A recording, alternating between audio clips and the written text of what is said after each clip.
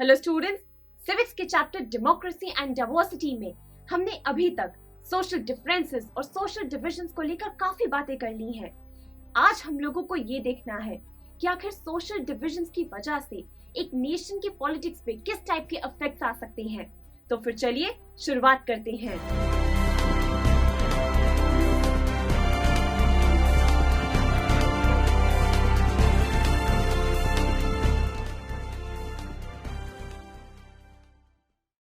दोस्तों, social divisions के politics पर किस टाइप के इम्पैक्ट्स आ सकते हैं, इस बात को समझने के लिए चलिए एग्जांपल लेते हैं नॉर्दर्न आयरलैंड का। Friends, northern Ireland United kingdom का एक कंट्री है जहां पर आज सोशल डिफरेंसेस के होने के बाद भी सभी लोग एक साथ खुशी से रहते हैं। परंतु एक समय था दोस्तों जब नॉर्दर्न आयरलैंड की टोटल पॉपुलेशन मेनली दो सेगमेंट्स में डिवाइडेड थी। करीब 53% लोग प्रोटेस्टेंट्स थे और करीब 44% लोग रोमन कैथोलिक्स। दुख की बात तो ये है कि तब नॉर्दर्न आयरलैंड में सोशल डिविजन्स के साथ पॉलिटिक्स भी मिल गई थी दोस्तों। जानते हैं तब प्रोटेस्टेंट्स को रिप्रेजेंट कर रही थी यूनियनिस्ट पार्टी और रोमन कैथोलिक्स को रिप्रेजेंट कर रही थी नेशनलिस्ट पार्टी। यूनियनिस्ट पार्टी का मेन ऑब्जेक्टिव था कि नॉर्दर्न आयरलैंड को यूनाइटेड किंगडम के साथ ही रहना चाहिए क्योंकि वहां पर मेजॉरिटी पॉपुलेशन है प्रोटेस्टेंट्स की। वहीं रोमन कैथोलिक्स का कहना था कि नॉर्दर्न आयरलैंड को आयरलैंड के साथ जाकर मिल जाना चाहिए क्योंकि वहां पर मेजॉरिटी पॉपुलेशन है रोमन कैथोलिक्स की।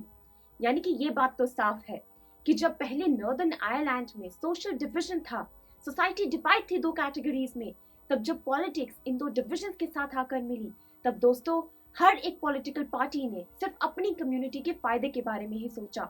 जैसे कि प्रोटेस्टेंट्स ने चाहा कि नॉर्दर्न आयरलैंड में मेजॉरिटी पॉपुलेशन प्रोटेस्टेंट्स की हो, वहीं नेशनलिस्ट पार्टी ने सोचा कि नॉर्दर्न आयरलैंड में मेजॉरिटी पॉपुलेशन रोमन कैथोलिक्स की हो। दोनों ने अपने अपने फायदे के बारे में सोचा। फ्रेंड्स, दुख की बात तो ये है कि दोनों पार्टीज में उस समय डिफरेंसेस इतने ज्यादा बढ़ गए कि फ्रेंड्स इन डिफरेंसेस ने वायलेंस का रूप ले लिया। बहुत से लोग मारे गए इस लड़ाई में, इस डिबेट में। फाइनली 1998 में जाकर जब यूके गवर्नमेंट और नेशनलिस्ट पार्टी के बीच एक पीस ट्रीटी साइन हुई, तब जाकर फ्रेंड्स नॉर्दर्न आयरलैंड में सभी लोग एक साथ खुशी से रहने लगे। तो इस कहानी से दोस्तों क्या सीखा हमने? हमने देखा कि अगर सोशल डिवीजन पॉलिटिक्स के साथ जाकर मिल जाए तो ऐसे बहुत ज्यादा चांसेस है कि ये रिजल्ट बुरा होगा, ये रिजल्ट वायलेंस का रूप ले लेगा। जैसे कि हमने नॉर्दर्न आयरलैंड के केस में देखा कि कैसे दोनों पार्टीज के डिबेट्स के कारण बहुत से लोग मारे गए, नॉर्दर्न आयरलैंड में इतना ज्यादा वायलेंस देखा गया। लेकिन फ्रेंड्स, ये बात समझने वाली है कि हमारे सामने ऐसे भी एग्जाम्पल्स हैं, ऐसे भी नेशंस हैं जहां पर जब सोशल डिवीजन पॉलिटिक्स के साथ जाकर मिली है तब रिजल्ट हमेशा बुरा नहीं रहा है। जैसे कि अगर मैं डेमोक्रेटिक नेशंस की बात करूं, यानी कि उन नेशंस की जिन्होंने डेमोक्रेसी के प्रिंसिपल को अपनाया है दोस्तों, वहां पर ऐसा देखा गया है कि सोशल डिवीजन के होने के बाद भी पॉलिटिक्स में बुरे इफेक्ट्स नहीं आए हैं। लोगों ने एकोमोडेट करना सीख लिया है। हाँ, मैं ये बात मानती हूँ कि पॉलिटिक्स में थोड़े बहुत इम्पैक्ट जरूर दिखाई देंगे आपको।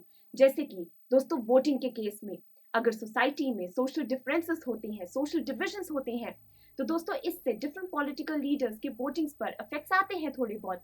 लेकिन ऐसा जरूरी नहीं है कि रिजल्ट हमेशा खतरनाक हो। सोसाइटी अकोमोडेट करना भी सीख जाती है। तो आपके मन में ये सब जानकर एक सवाल आ रहा होगा कि ऐसे कौन से फैक्टर्स हैं जिनसे हम ये अंदाजा लगा पाए कि अगर सोशल डिवीजन पॉलिटिक्स के साथ जाकर मिल जाए तो आखिर आउटकम्स क्या होंगे।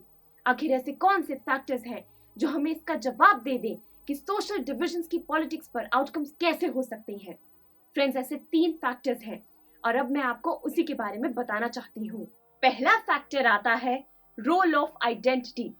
दोस्तों, एक सोसाइटी के, एक कम्युनिटी के या फिर एक नेशन के लोग खुद को किस नजर से देखते हैं, खुद की आइडेंटिटी को कैसे परसीव करते हैं, इस बात से हमें पता चलता है कि आखिर सोशल डिवीजन की पॉलिटिक्स के आउटकम्स क्या होंगे।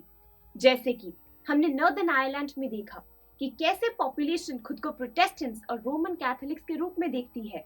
इस सोशल डिवीजन के कारण दोस्तों हमने देखा कि कैसे रिजल्ट इतना ज्यादा वायलेंट हुआ, कैसे इतने सारे लोग मारे गए। वहीं दोस्तों अगर हमें इस सिचुएशन से डील करना है तो उसका एक ही सोल्यूशन है कि अगर मैं अपनी बात करूं तो मैं खुद को दलित हिंदू, मुस्लिम, काला, गोरा ना समझकर बल्कि खुद को पहले भारतीय समझूं, क्योंकि अगर ऐसा होगा तो हम सब एक साथ एक सोसाइटी में एकोमोडेट करना सीख जाएंगे और सोशल डिवीजन की पॉलिटिक्स के आउटकम्स भी बहुत अच्छे होंगे। वहीं चलिए मान लेते हैं कि किसी वजह से सोशल डिवीजन के कारण एक सोसाइटी में दरारें आ जाती हैं, थोड़ी प्रॉब्लम्स आ जाती हैं, तो फ्रेंड्स अब इस सिचुएशन का पॉलिटिक्स पर क्या इफेक्ट आएगा, ये डिपेंड करता है हमारे पॉलिटिकल लीडर्स पर। यानी कि मेरा अगला फैक्टर है रोल ऑफ पॉलिटिकल लीडर्स। दोस्तों, डिफरेंट पॉलिटिकल लीडर्स जो अपनी अपनी कम्युनिटीज को रिप्रेजेंट कर रही हो, वो आखिर अपनी कम्युनिटी की डिमांड्स को किस तरीके से दुनिया के सामने रखते हैं, किस तरीके से गवर्नमेंट के सामने रखते हैं, इस बात पर डिपेंड करेगा आउटकम। देखिए दोस्तों, अगर पॉलिटिकल लीडर्स बाकी कम्युनिटीज के बारे में ना सोचते हुए बल्कि उनको नुकसान पहुंचाते हुए सिर्फ अपनी कम्युनिटी की डिमांड्स को ही रेज करते हैं, तो इसका मतलब ये है कि सोशल डिवीजन की पॉलिटिक्स के आउटकम्स बुरे होंगे, जैसे कि हमने नॉर्दर्न आयरलैंड के केस में देखा। इसलिए फ्रेंड्स, जरूरी है कि पॉलिटिकल लीडर्स अपनी कम्युनिटीज की डिमांड्स को कॉन्स्टिट्यूशनल फ्रेमवर्क में रहते हुए ही गवर्नमेंट के सामने रेज करें। मेरा तीसरा फैक्टर है स्टूडेंट्स, रोल ऑफ गवर्नमेंट। देखिए दोस्तों, हमारे नेशन की गवर्नमेंट डिफरेंट कम्युनिटीज की डिमांड्स पर किस तरीके से रिएक्ट करती है, इस बात पर डिपेंड करते हैं आउटकम्स। क्या गवर्नमेंट सभी कम्युनिटीज की डिमांड्स को एकदम से मान लेती है, या फिर सभी कम्युनिटीज की डिमांड्स को बिल्कुल मना कर देती है, या फिर दोस्तों एक नेशन की गवर्नमेंट सही तरीके से हर कम्युनिटी की डिमांड्स को समझती है, उनके लोगों से बात करती है और फिर एक समझदार तरीके से कॉन्स्टिट्यूशनल फ्रेमवर्क में रहते हुए डिसीजन लेती है। यही सब गवर्नमेंट के रिएक्शन हम लोगों को बताएंगे कि आखिर सोशल डिवीजन की पॉलिटिक्स के आउटकम्स कैसे होंगे। तो फ्रेंड्स, अगर मैं एक समराइज्ड वे में बात करूं तो हम लोग खुद की आइडेंटिटी को कैसे परसीव करते हैं, कैसे डिफरेंट पॉलिटिकल लीडर्स अपनी कम्युनिटीज की डिमांड्स को रेज करते हैं और कैसे एक नेशन की गवर्नमेंट इन कम्युनिटीज की डिमांड्स पर रिएक्ट करती है, ये तीन ऐसे फैक्टर्स हैं जिनसे हमें ये अंदाजा हो जाएगा बहुत ही अच्छे से कि आखिर सोशल डिवीजन की पॉलिटिक्स के आउटकम्स क्या होंगे। इसी के साथ दोस्तों, हमारा सिविक्स का chapter democracy and diversity complete हो जाता है। अगले लेक्चर में हम लोग इस चैप्टर को एक समराइज्ड वे में डिस्कस करेंगे, ताकि स्टूडेंट्स आप लोगों के मन में किसी भी टाइप का डाउट ना रहे। तो चलिए फिर मिलेंगे अगले लेक्चर में।